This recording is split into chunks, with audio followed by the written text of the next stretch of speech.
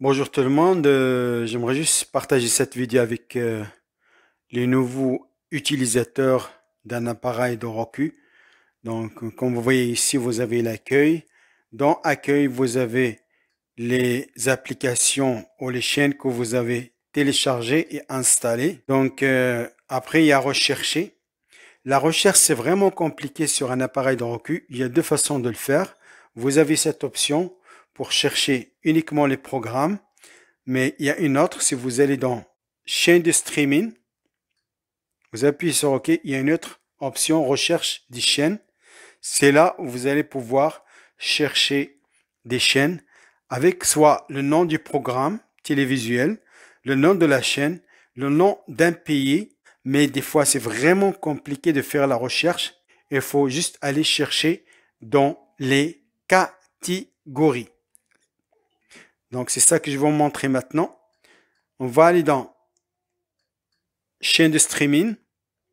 Si vous descendez en bas, vous allez voir genre. Ça, c'est les catégories. Film et télévision. Voilà les applications qui sont disponibles. Enfants et famille. Musique et balado. Actualité et météo. Sport, comédie, style de vie, santé et bien-être, éducatif, jeux, applications, international, confessionnel, voyage. Seulement dans international, si vous appuyez sur OK, c'est cette catégorie qui, qui contient la majorité des applications. International, vous allez voir le drapeau de votre pays. C'est là où vous allez trouver les chaînes préférées. Vous avez bien sûr paramètres. Il y a réseau. Et dans réseau, vous pouvez configurer la connexion ici sans fil. Si vous avez un problème, vous pouvez appuyer, choisir votre Wi-Fi et entrer votre mot de passe. C'est là où vous allez pouvoir vous connecter au réseau, au Wi-Fi. Télécommande et appareil, si vous avez une nouvelle télécommande, c'est là où vous pouvez ajouter vos appareils de Roku.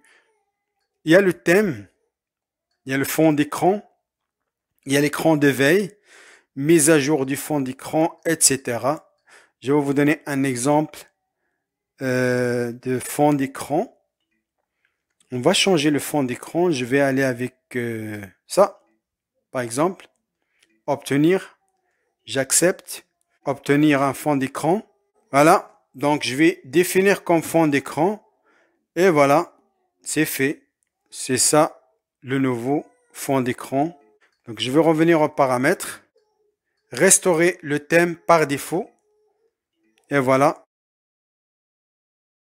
Donc, vous avez la même chose pour l'écran de veille. Vous pouvez choisir un écran de veille. Vous pouvez choisir une durée, 1 minute, 5 minutes, 10 minutes, jusqu'à 30 minutes. Donc, on va revenir. Vous avez ici le type d'écran. Donc, c'est là où vous allez choisir la bonne résolution pour votre appareil de Roku. J'ai ici 1080 et 720. Si vous avez 4K, vous allez trouver dans les options ici. Donc, moi, j'ai choisi 1080. Et voilà.